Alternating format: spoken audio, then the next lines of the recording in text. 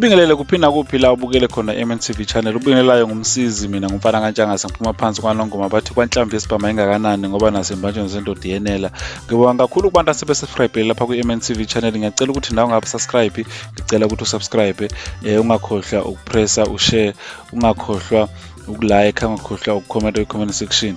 Namhlanje nginiphathele inkosazane uAnele wasemambatheni enishayela inkondlo emnandi kakhulu ethinta wonke umuntu, ethinta yonke impilo esiphilayo, ithi Bheka Namuhla. Uthi bheka namhlanje ukuthi namhlanje kubhekwani, ngicabanga ukuthi uzoyizwela kuyo le nkondlo maduze sizomlando Anele sizoshutha naye esenzele into yamehlo esishayela inkondlo bukhoma. Ngibonga kakhulu-ke kumuntu osesubscribile. Ngicela ukuthi nawe ungakasubscribe ne-subscribe lapha ku-MNTV channel ukuze sizokwazi ukuthi lokhu sinilethela nje izinto ezinhle. Sinilethela izinto ezinhle, ngibonga kakhulu. Thokozela nansi inkondlo ka-Anele wasemambatheni.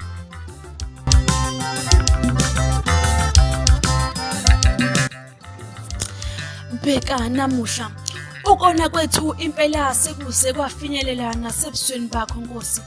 Mihla sona siphindelela size sisithethelela ngokuthi asibonwa umuntu. Sesilibele ukuba ngelakhe lingozeli elingalali wena usasibhekile. Bheka namuhla sesikhale ezinyembezi zethu.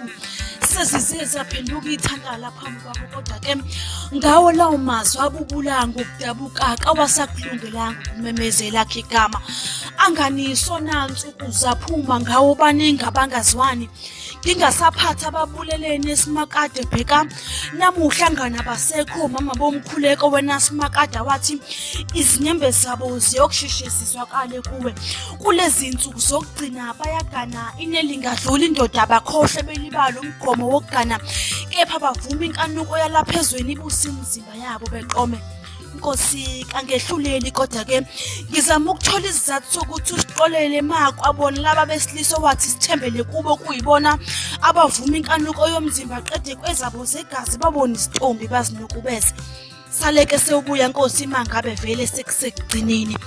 Bheka namuhla odadewethu bayasithwala bayasihushula pho. Singasinda kanjani na kulolulaka lakho simakade phezu kwesitilo esikhala ngabantwana owabemukelisa bona kodwa bona babone bengakufanele ukuphila simakade. Angiqondile ukwehlulela kodwa ke ngiphethele lipeni nephephana yami inhliziyo iphakathi kwabo laba bezidala zakho kepha abahluleka ukulandela imiyalo yakho. Kodwa kuyona leyo nkeshezana yabeza kuwe nalabo ithemba labo selithi liyashabalala. Nami ngikhona baba.